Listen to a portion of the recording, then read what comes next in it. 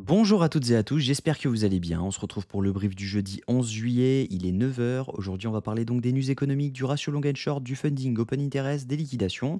On regardera ce que font les whales en finissant par l'analyse technique de Bitcoin. Mais avant ça, on va regarder donc ce qui s'est passé hier. Donc je ne suis pas actuellement sur la bonne charte, autant pour moi. On est donc sur cette charte-là. Voilà, la charte de Binance. Et donc le but était donc de venir chercher les 60 000 $, je vous avais dit hier. Le plan reste d'actualité actuellement, étant donné qu'on n'a toujours pas fait de plus bas. Donc on n'a pas changé de tendance. Pour le moment, on est toujours haussier.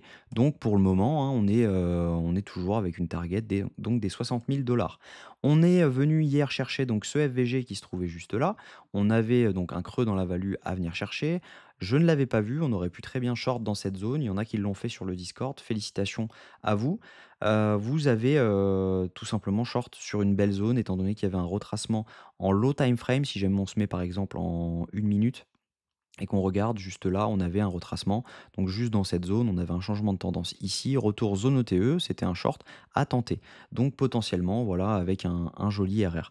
Donc voilà, on avait ça qui pouvait être pris, mais voilà, on n'a pas vraiment.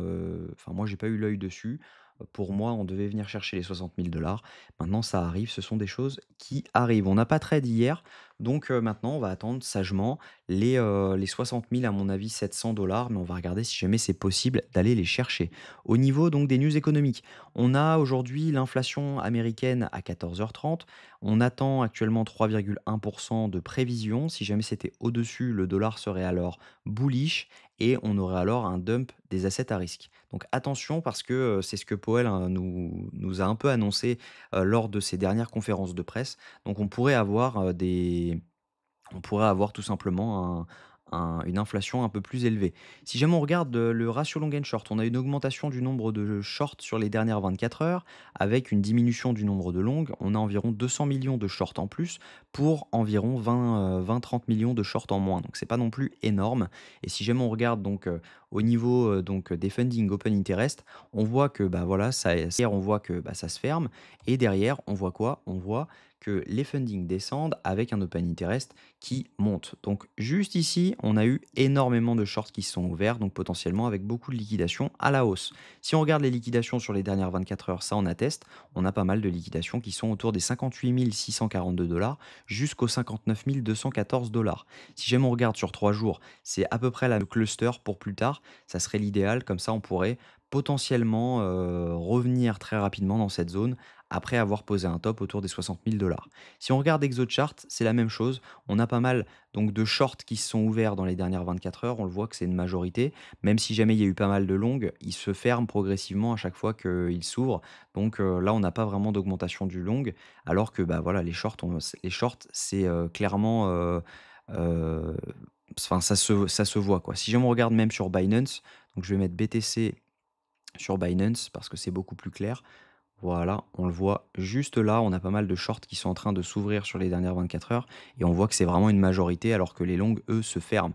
Donc potentiellement, on peut venir les chercher beaucoup plus haut. Si on regarde ce que font les whales actuellement accumulent, mais on n'est pas non plus sur des achats qui sont transcendants. On est sur une petite accumulation. Même si voilà, on voit que bah, ils sont en train de racheter donc toute cette zone actuellement, toute la zone qui est là, ils sont en train de la racheter, mais voilà, c'est pas non plus un truc de fou. Si jamais on regarde les micro-whales, c'est un peu elles qui font les mouvements en général. Là, actuellement, elles sont en train de vendre, alors que les retails, eux, sont en train d'acheter. Donc attention à ça, parce que si jamais elles se mettent à vendre fortement, on pourrait avoir un gros dump.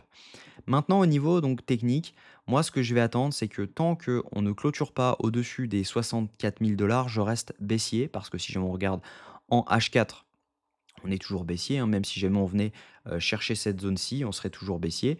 On pourrait potentiellement poser un top là-dedans et ça n'empêcherait rien à la tendance baissière. En revanche, si jamais on commence à break sous ces plus bas, ce serait potentiellement pour venir chercher la zone OTE et derrière pouvoir rebondir aux 60 000 $ et derrière pouvoir redump. Donc ça, c'est pas impossible parce que si jamais on regarde en 1 heure, il y a une petite pattern qui est en train de se dessiner, même si jamais on la voit pas trop, elle est quand même présente. Si jamais on met barre parallèle, on peut voir que, bah, voilà, si on prend cette zone-ci et cette zone-ci, si jamais je ne dis pas de bêtises, on peut, tout simplement tracer ce canal. Maintenant, on a 2 différents canaux à tracer parce qu'on a également celui-ci qui serait à venir chercher. Donc là, on a celui-ci. Voilà, comme ça.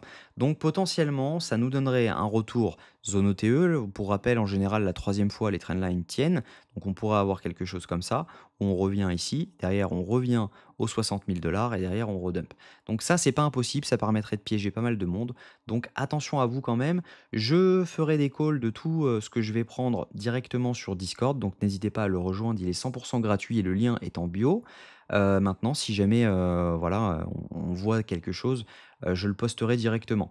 Donc, pour le moment, je vous conseille de regarder. On est actuellement en milieu de zone, il se passe pas grand-chose donc voilà, hein, actuellement, on est au milieu de ce canal, donc voilà, le mieux étant de regarder et de ne rien faire.